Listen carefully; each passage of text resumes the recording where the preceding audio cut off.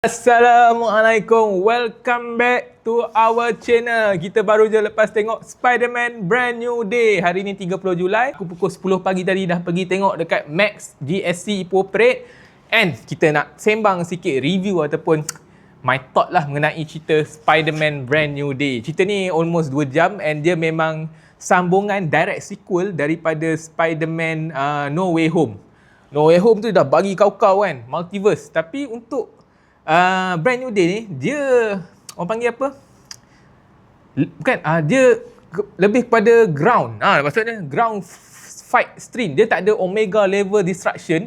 Dia lebih kepada Peter Parker punya struggle tu nak jadi Spider-Man dan masa yang sama nak jadi Peter Parker, dan juga the same time ada orang jahat yang cuba kucar-kacirkan keadaan lah. Itu kisah ni memang grounded punya cerita. So, jangan expect ada multiverse punya saga ke, ada Dr. Doom ke, Thanos ke, dinosaur ke, tak ada. Dia more to Spidey ataupun Peter Parker punya kisah. Tapi at the end of the movie, akan ada teaser sikit lah untuk Secret War ataupun Doomsday, kita tak tahu. Okay, so basically cerita ni mengisahkan Peter Parker yang mana semua orang dah lupa kan dia kan, daripada event No Way Home sebelum ni. And dia ni sekarang ni dah jadi popular di kalangan New York lah. Dia fight crime scene, tangkap penjenayah, tangkap penjahat, lawan penjahat, mendamaikan keadaan. And dalam masa yang sama, yang kau boleh nampak dalam trailer, yang dia ada satu mutasi. Dalam mutasi ni, dia macam tak boleh kawal diri dia.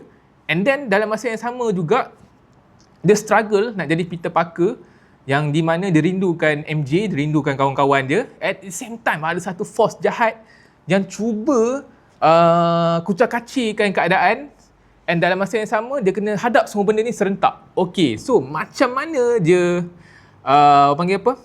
Macam mana dia nak hadapi semua ni, dia nak lawan penjahat apa semua. Semua ni akan cerita dalam filem dah, so korang kena tengok. So basically itu dia cerita dia.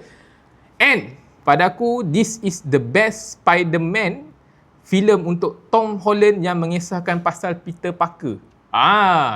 Yang mengisahkan pasal Peter Parker dan grounded punya cerita. Sebab Spider-Man Homecoming, satu lagi Spider-Man No Way Home, dia more to grounded juga, tapi dia campur-campur macam more to daddy issue. Faham daddy issue ni? Maksudnya macam Spider-Man ni childish, dia perlukan mentor, dia perlukan ni. Tapi tak, untuk Peter Parker yang Brand New Day ni, Spider-Man lebih matang. Dia bergerak solo, dia tak ada sesiapa. So kita boleh nampak lah dia punya character development.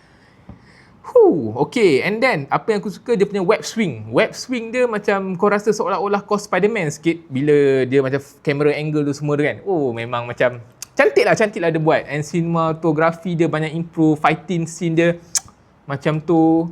And then pelakon-pelakon pun semua okay, melainkan Zendaya lah jadi MJ. Aku dari dulu tak gemar Zendaya jadi MJ. Kenapa? Macam tak kena, macam tak ada feel. Watak dia macam sama dia macam tu kan.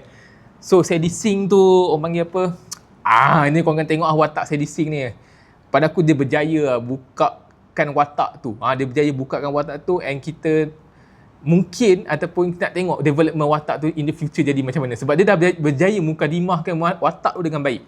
Sebab dia ni satu karakter yang penting jugalah. Spoiler alert. Okay. Lepas tu tak ada apa aku nak komen. Aku rasa aku memang enjoy the end sampai habis. Cerita dia memang solid, storytelling dia pun okay. Kita boleh nampak kenapa karakter ni macam ni, kenapa karakter tu macam ni, kenapa dia buat macam tu. So dia macam dia selit-selitkan semua benda tu make sense, dan orang panggil apa? Make sense. Okay, make sense. Dia tak ada terlampau ada tiba-tiba tak ada. Dia make sense dia. So pada aku cerita ni best, enjoy, and boleh tengok 2-3 kali kalau korang memang peminat Spider-Man. Aku macam nak sembang spoiler tapi tak boleh, takut nanti jadi non-spoiler review, jadi spoiler review pula. Tapi apa pun korang kena tengok. Rating aku untuk filem ni ialah 8/10 ataupun kita bagi 4/5 bintang. Dia tak perfect, tak terlalu, bukan best gila tapi near perfect. Aku cuma tak dapat hype sama macam